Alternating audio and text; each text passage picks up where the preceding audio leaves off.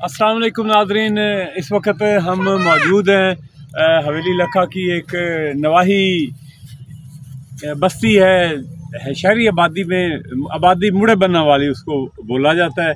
तो ये आप देख रहे हैं कि ये काश्त की गई है। बड़ी बात ये है कि ये गंदे पानी के साथ इस सब्जियों की काश्त हो रही है, जो कि सिर्फ़ और सिर्फ जहर है और हमारे शहरियों के लिए ये तैयार हो रही हैं। और उसके ऊपर ये कद्दू लगे हुए हैं और साथ में ये मेरा ख्याल है ये नज़र आ रही है वो रस भरी।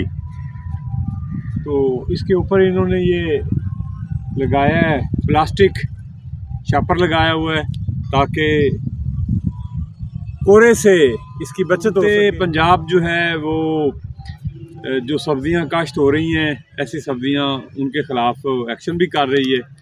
तो बहरहाल गवर्नमेंट के लिए ये एक लम्हा फ़िक्रिया है कि शहरियों को ऐसा मुज़रे सेहत सब्जियां, वेजिटेबल्स और फ्रूट्स जो हैं वो खाने को मिल रहे हैं। तो इनको फौरी तौर पे तलब होना चाहिए। बहुत शुक्रिया जी।